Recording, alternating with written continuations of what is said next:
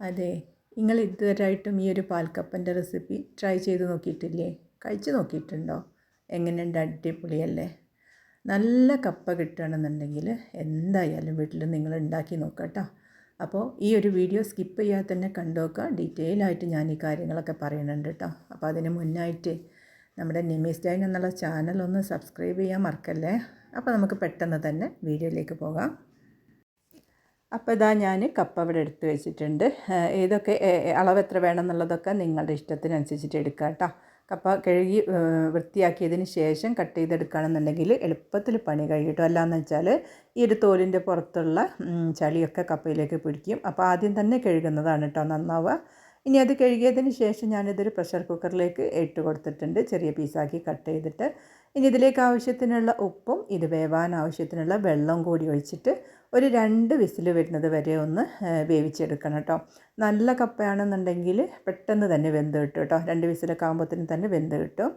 ആ ഒരു സമയം കൊണ്ട് ഒരു 8-9 അല്ലിയോളം ചുവന്നുള്ളി, 2 പച്ചമുളക്, ചെറിയ പീസ് ഇഞ്ചി, ഒരു 3 അല്ലി വെളുത്തുള്ളിയും കൂടി മിക്സിയിലിട്ടിങ്ങോട്ട് ഒന്ന് ക്രഷ് ചെയ്തെടുക്കാം.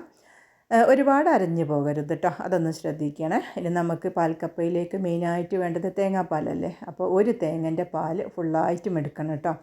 മിക്സിയുടെ ജാറിലിട്ടിട്ട് കുറച്ച് വെള്ളം ചേർത്തിട്ട് ആദ്യം 1-ാം പാലും പിന്നെ കുറച്ചും കൂടി വെള്ളം ചേർത്തതിന് ശേഷം 2-ാം പാലും എടുത്ത് വെച്ചിട്ടുണ്ട്. അപ്പോൾ ഇതൊക്കെ ഈ ഒരു കപ്പ വേവുന്ന സമയത്തൊന്ന് റെഡിയാക്കി വെക്കുക കേട്ടോ. എന്നാൽ പണി പെട്ടെന്ന് കഴിയും. ഇപ്പോൾ ഇതാ നമ്മുടെ കപ്പൊക്കെ നല്ല അടിപൊളിയായിട്ട് വെന്ത് വന്നിട്ടുണ്ട്. നല്ല കപ്പയാണ് കേട്ടോ എനിക്ക് കിട്ടിയിട്ടുണ്ടായിരുന്നത്. നല്ല പൊടിയുള്ള കപ്പയാണ്. ഇതാണ് കേട്ടോ വേണ്ടത് നമുക്ക് പാൽക്കപ്പ ഉണ്ടാക്കിയെടുക്കാൻ വേണ്ടിയിട്ട്. ഇനി ഇതിൽ വെള്ളമൊക്കെ നന്നായിട്ട് ഊറ്റി കളയണേ. വെള്ളം ഊറ്റിയതിന് ശേഷം ഞാനിത് വലിയൊരു പാനിലേക്ക് മാറ്റി കൊടുക്കുകയാണ്. നമുക്കിതൊന്ന് നന്നായിട്ടൊന്ന് ഉടച്ചെടുക്കേണ്ട ആവശ്യമുണ്ട് കേട്ടോ. അതിന് വേണ്ടിയിട്ടാണ് നമ്മളിതൊന്ന് ഈ ഒരു പാനിലേക്ക് മാറ്റി കൊടുക്കുന്നത്.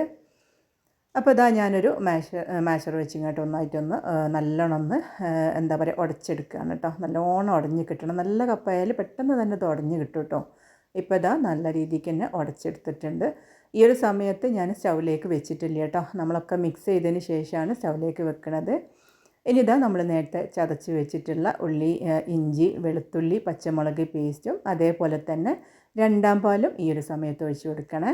ഇനി നമ്മൾ കപ്പ വേവിക്കുമ്പോൾ കുറച്ച് ഉപ്പിട്ടിട്ടുണ്ടല്ലോ. ഉപ്പ് നോക്കിയതിന് ശേഷം കുറച്ചും കൂടി ഒന്ന് ഉപ്പിട്ട് കൊടുക്കുന്നുണ്ട് കേട്ടോ. ഇനി ഇത് ഈ ഒരു നല്ല രീതിയിലൊന്ന് മിക്സാക്കി എടുക്കുക. ഈ ഒരു സമയത്ത് തന്നെ മിക്സാക്കി എടുക്കുക. അതിന് ശേഷമാണ് കേട്ടോ ഞാനിത് സ്റ്റൗവിലേക്ക് വെച്ച് കൊടുക്കുന്നത്. ഇപ്പോഴാണ് ഞാനിത് സ്റ്റൗവിലേക്ക് വെച്ചത് കേട്ടോ. സ്റ്റൗ ഓൺ ചെയ്തിട്ടുള്ളത് ഈ ഒരു സമയത്താണ്. എല്ലാം മിക്സാക്കി കഴിഞ്ഞതിന് ശേഷമാണ് ഞാനിത് സ്റ്റൗവിലേക്ക് വെച്ചിട്ടുള്ളത്. ഇനി നല്ല പോലെ തിള വരുന്ന സമയത്ത്, അതായത് ഒരു മീഡിയം ഫ്ലെയിമിൽ വെച്ചിട്ട് വേണം കേട്ടോ ഇത് കുക്ക് ചെയ്തെടുക്കാനായിട്ട്. ഒരുപാട് വേവേണ്ട ആവശ്യമൊന്നുമില്ല, കാരണം ഓൾറെഡി കപ്പ വെന്തിട്ടുണ്ട്. അപ്പോൾ അതുകൊണ്ട് തന്നെ കുറേ നേരിട്ടിട്ട് വേവിക്കേണ്ട ആവശ്യമൊന്നുമില്ല. ഇപ്പോൾ ഇതാ ഈ ഒരു തിള വരുന്ന സമയത്ത് നമ്മൾ നേരത്തെ എടുത്ത് വെച്ചിട്ടുണ്ട് അതിന് 1-ാം പാലുണ്ടല്ലോ, അതൊഴിച്ച് കൊടുക്കാം. ഇനി നല്ലോണം ഒന്ന് മിക്സ് ചെയ്തെടുക്കാം. ഈ ഒരു സമയമൊക്കെ ഫ്ലെയിം ശ്രദ്ധിക്കണം കേട്ടോ. ഹൈയിൽ വെക്കരുത്, മീഡിയം ഫ്ലെയിമിൽ തന്നെ വെക്കാനായിട്ട് ശ്രദ്ധിക്കുക. നല്ലോണം ഒന്ന് മിക്സ് ചെയ്തതിന് ശേഷം ഇതുപോലെ ഒന്ന് തിള വരുന്ന തുടങ്ങിയാൽ നമുക്ക് സ്റ്റൗ ഓഫ് ചെയ്യാം കേട്ടോ. അത്ര പണിയുള്ളൂ കേട്ടോ. പാൽക്കപ്പ ഉണ്ടാക്കിയെടുക്കാനായിട്ട് ഒരുപാട് സമയമൊന്നും വേണ്ട. നല്ല കപ്പ കിട്ടുകയാണെന്നുണ്ടെങ്കിൽ ഏറ്റവും നല്ലതായിരിക്കും കേട്ടോ. അത് നിങ്ങൾ ശ്രദ്ധിച്ചാൽ മതി. ഇനി നമുക്കിതൊന്ന് വറവിട്ടെടുക്കണം. അതിന് വേണ്ടിയിട്ട് ഞാനൊരു പാന് വെച്ചെടുത്തിട്ടുണ്ട്. ഇതിലേക്കൊരു 2-3 ടേബിൾ സ്പൂണോളം വെളിച്ചെണ്ണയാണ് കേട്ടോ ഒഴിച്ച് കൊടുത്തിട്ടുള്ളത്. അതിലേക്ക് 1 ടീസ്പൂണ് കടുകും കൂടി ചേർത്ത് കൊടുത്തിട്ടുണ്ട്.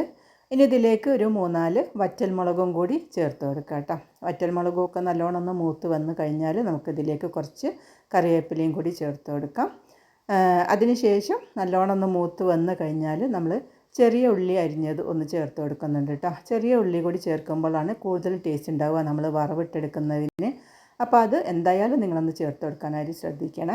ഇനി ഇതൊരു ഗോൾഡൻ കളർ ആവുന്നത് വരെ ഒന്ന് മൂപ്പിച്ചെടുക്കണം. അപ്പോൾ ഇതാ നമ്മുടെ ചുവന്നുള്ളിയും എല്ലാം നല്ല രീതിയിൽ തന്നെ മൂത്ത് വന്നിട്ടുണ്ട്. ഇനി നമുക്കിത് നേരിട്ട് തന്നെ കപ്പയിലേക്ക് ഒഴിച്ച് കൊടുക്കാം. നല്ല പോലെ ഒന്ന് മിക്സ് ചെയ്ത് എടുക്കാം കേട്ടോ. നല്ല രീതിയിൽ തന്നെ മിക്സ് ചെയ്തും കൂടി എടുക്കുകയാണെന്നുണ്ടെങ്കിൽ നല്ല ടേസ്റ്റി ആയിട്ടുള്ള പാൽക്കപ്പ റെഡി ആയിട്ടുണ്ട്. അപ്പോൾ ഈ ഒരു രീതിയിൽ നിങ്ങൾ ആരും ഇതുവരെ ഉണ്ടാക്കി നോക്കിയിട്ടില്ല എന്നുണ്ടെങ്കിൽ തീർച്ചയായിട്ടും ഒന്ന് ഉണ്ടാക്കി നോക്കണം കേട്ടോ. ഇനി ഇതിൻ്റെ സൈഡായിട്ടൊന്നും വേണമെന്നില്ല, പക്ഷേ ബീഫ് കറിയോ അതല്ല എന്നുണ്ടെങ്കിൽ ഫിഷ് കറിയോ എന്തുണ്ടെങ്കിലും അതിൻ്റെ കൂടെയും സെർവ് ചെയ്യാം കേട്ടോ. നല്ല ടേസ്റ്റാണ്. ഇതങ്ങനെ കഴിക്കാനും നല്ല ടേസ്റ്റാണ്. അപ്പോൾ ഈ ഒരു വീഡിയോ നിങ്ങൾക്ക് എല്ലാവർക്കും ഇഷ്ടമായിട്ടുണ്ടാവുമെന്ന് വിശ്വസിക്കുകയാണ്. ഇഷ്ടമായിരിക്കണമെന്നുണ്ടെങ്കിൽ ലൈക്ക് ചെയ്യാനും ഷെയർ ചെയ്യാനും സബ്സ്ക്രൈബ് ചെയ്യാനും മറക്കല്ലേ. അപ്പോൾ അടുത്ത് തന്നെ നല്ലൊരു റെസിപ്പി വീഡിയോ ആയിട്ട് വരാം. അതുവരേക്കും എല്ലാവർക്കും അസ്സലാമു അലൈക്കും.